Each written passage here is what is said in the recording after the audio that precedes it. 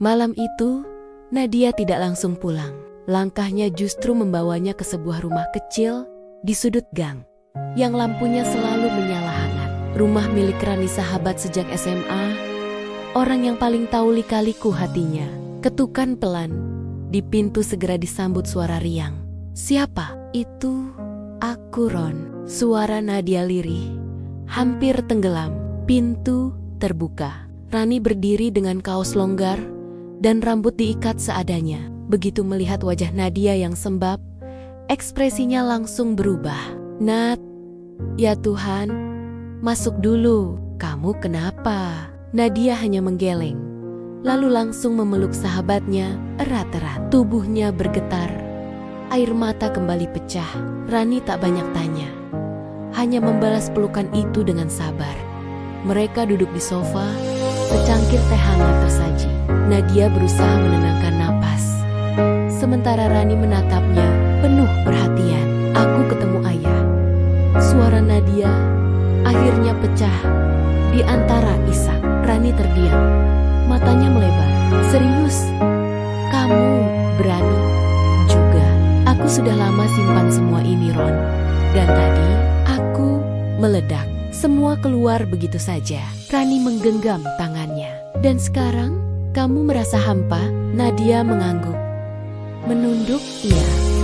Rasanya aku berharap lega, tapi justru makin sakit.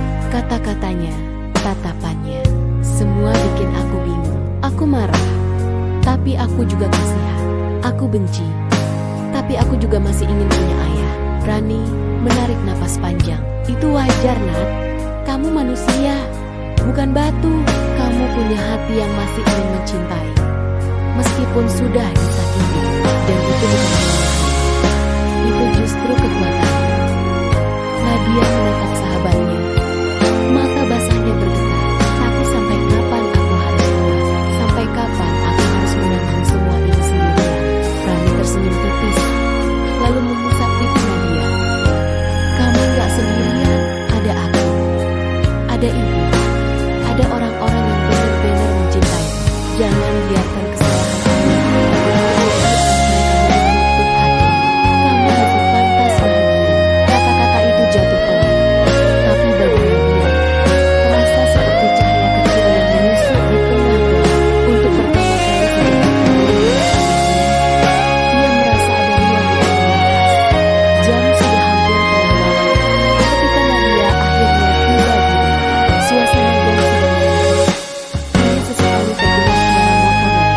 Ia melangkah pelan, hampir enggan membuka pintu rumah yang remang-remang. Begitu pintu terbuka, aroma masakan yang masih tersisa dari sore hari menyambutnya. Di meja makan, lampu kecil menyala. Ibunya duduk sendirian dengan secangkir teh yang sudah dingin. Wajahnya terbuka. "Nadia," suara itu pelan, agak terkejut. "Kamu baru pulang? Dari mana saja?" Nadia menunduk, menaruh tasnya di kursi. "Aku keluar sebentar, Bu." Ibunya mengerutkan dahi, matanya menatap lebih dalam. "Kamu habis menangis?" Nadia tak bisa menjawab. Ia hanya duduk di kursi seberang, menunduk. Air matanya kembali menggenang. Seketika wajah ibu melunak. Ia bangkit, lalu duduk di samping Nadia, meraih tangannya. "Nat, apa yang terjadi? Kamu bisa cerita sama ibu?" Nadia terisak. "Aku ketemu ayah." Tubuh ibunya kaku sejenak. Genggamannya di tangan Nadia mengeras. Matanya berkedip cepat, seakan menahan sesuatu yang sudah lama dipendam. "Kamu ketemu dia?" Suaranya bergetar. Nadia mengangguk. Air matanya jatuh. "Aku gak tahan, Bu. Aku harus tahu. Aku harus dengar dari mulutnya sendiri." Hening menyelimuti ruang itu. Hanya suara jam dinding yang terdengar, berdetak lambat namun menekan.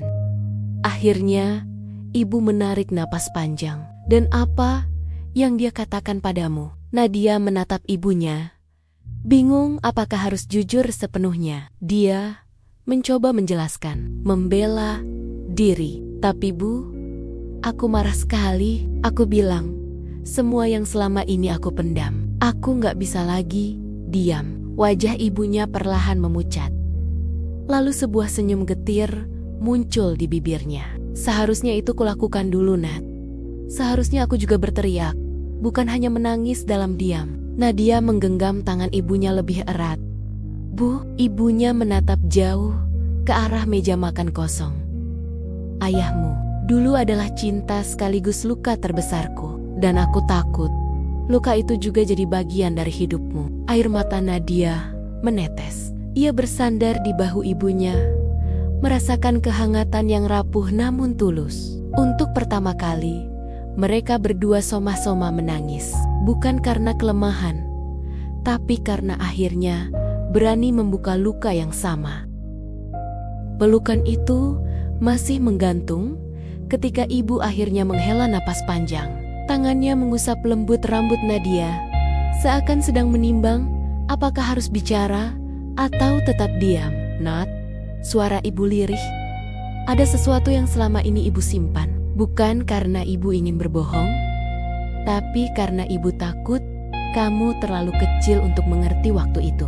Nadia menegakkan tubuhnya, menatap wajah ibunya yang tampak lelah namun berani. Apa, Bu? Cerita apa yang ibu sembunyikan? Ibu menunduk sejenak, lalu matanya berkaca-kaca. Ayahmu. Dia bukan hanya pergi karena perempuan itu. Ada hal lain. Dia kehilangan pekerjaannya waktu itu, Nat. Perusahaan tempatnya bekerja bangkrut. Dia merasa gagal sebagai kepala keluarga. Merasa tidak bisa memberi apa-apa lagi untuk kita. Nadia membelalak. Aku nggak pernah tahu.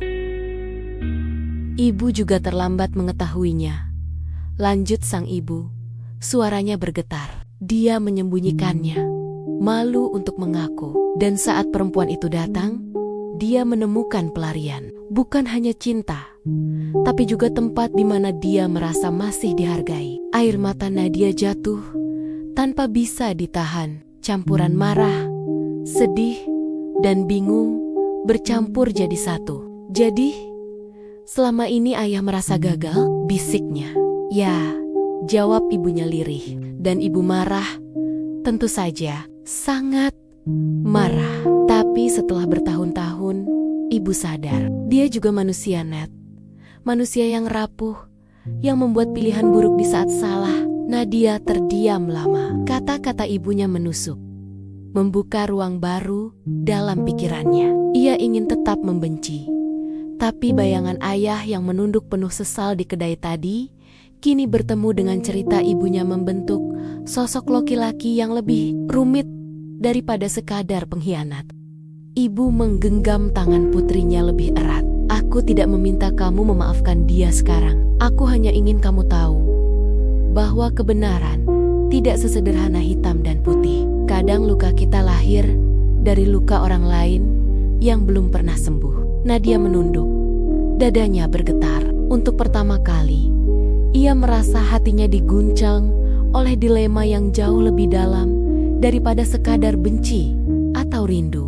Pagi itu, rumah terasa lebih dingin dari biasanya. Nadia masih termenung di meja makan, sementara ibunya menyiapkan teh. Ketukan di pintu membuat keduanya menoleh. Tok, tok, tok. Ibu, ada tamu, ujar Nadia ragu. Ibunya berjalan pelan menuju pintu, membuka sedikit dan tubuhnya langsung menegang. Di ambang pintu berdiri sosok yang selama ini hanya jadi beang-beang dalam ingatan rumah itu.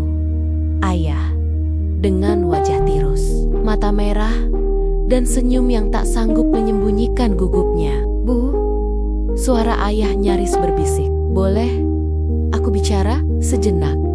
Ibu hanya menatap. Jemarinya bergetar di pegangan pintu. Lalu akhirnya ia membuka lebih lebar. Masuklah. Ayah melangkah masuk.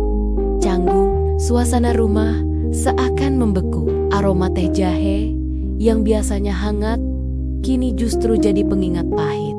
Dulu, aroma itu identik dengan sor-sor kebersamaan mereka bertiga. Nadia menatap keduanya dengan jantung berdegup kencang. Ia ingin berkata sesuatu, tapi lidahnya keluh. Ibu duduk, menegakkan tubuh dengan wibawa yang kaku. Jadi, apa yang ingin kamu bicarakan? Ayah menunduk, lalu menatap keduanya bergantian.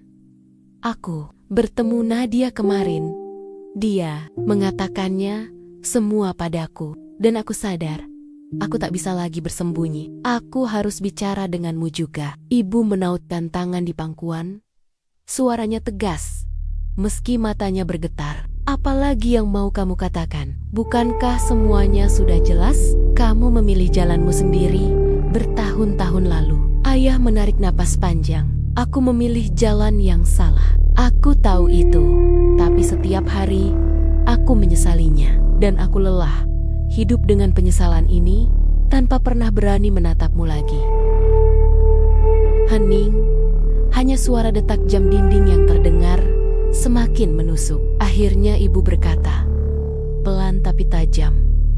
Kamu tahu yang paling menyakitkan? Bukan hanya perselingkuhanmu, tapi cara kamu pergi tanpa penjelasan, meninggalkan aku, harus jadi kuat sendirian di depan anakmu. Ayah menunduk lebih dalam.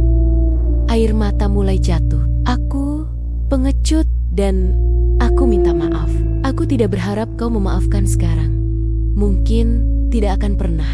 Tapi aku ingin kau tahu, aku masih mencintaimu. Kata-kata itu menggantung di udara, menohok jantung Nadia yang duduk menyaksikan. Ia bisa merasakan amarah sekaligus luka ibunya, juga penyesalan ayahnya yang begitu telanjang. Dan untuk pertama kali setelah sekian lama, 3 hati yang pernah satu atap kini kembali berada di ruangan yang sama, dipisahkan oleh luka, tapi juga diam dayung terhubung oleh cinta yang belum sepenuhnya padam. Ruang tamu terasa begitu sempit, meski hanya ada 3 orang di dalamnya. Nadia duduk kaku di kursi, sementara kedua orang tuanya berhadapan, ibunya dengan pandangan tajam, ayahnya dengan wajah penuh sesal. Kamu masih berani bicara soal cinta? Suara ibu pecah, mengandung amarah yang lama dipendam. Cinta macam apa yang tega meninggalkan anak dan istrinya untuk bertahun-tahun? Cinta macam apa yang memilih diam ketika keluarganya hancur? Ayah terdiam, bibirnya bergetar, lalu ia menjawab pelan. Cinta yang bodoh, cinta yang lahir dari rasa takut, bukan keberanian. Aku salah, Bu. Aku salah besar. Ibu menepuk meja keras, membuat Nadia terlonjak. Salah? Kau pikir cukup hanya dengan bilang salah? Bertahun-tahun, aku harus menutup luka sendirian, berbohong pada anakku kalau semuanya baik-baik saja, padahal hatiku remuk setiap malam. Air mata mengalir di pipi ibu, tapi suaranya tetap tajam. Ayah mencoba mendekat, tapi ibu mengangkat tangannya, melarang. Jangan mendekat, jangan berani-beraninya lagi. Kau membuat aku lemah. Nadia menatap keduanya, dadanya sesak. Ia ingin menghentikan, tapi lidahnya tak bisa bergerak. Ayah akhirnya berlutut di depan ibu, suaranya parau. Aku tidak datang untuk memohon kembali. Aku hanya ingin kau tahu bahwa penyesalanku nyata. Aku tidak bisa menghapus masa lalu, tapi aku ingin memperbaiki masa depan setidaknya untuk Nadia. Biarlah aku tetap jadi orang asing bagimu, tapi jangan cabut hakku untuk menebus kesalahanku pada anak kita. Ibu memalingkan wajah, air matanya jatuh deras. Kau tahu apa yang paling kutakutkan, Mas? Suaranya bergetar, bahwa aku masih mencintaimu meskipun aku membencimu.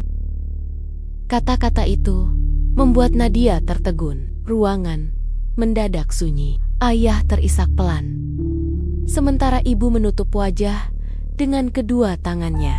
Nadia, yang sejak tadi hanya menjadi saksi, akhirnya berdiri. Suaranya lirih tapi tegas. Aku tidak tahu bagaimana kalian menyelesaikannya, tapi aku lelah jadi korban dari diam dan rahasia. Kalau kalian masih punya cinta, bicarakanlah dengan jujur. Kalau sudah habis, katakanlah dengan tegas. Aku hanya butuh kepastian, bukan kebohongan lagi. Suasana membeku, dan untuk pertama kalinya, ibu dan ayah Somasima menatap Nadia bukan lagi sebagai anak kecil, tapi sebagai suara yang mewakili luka mereka bertiga. Sampai di sini, cerita episode ini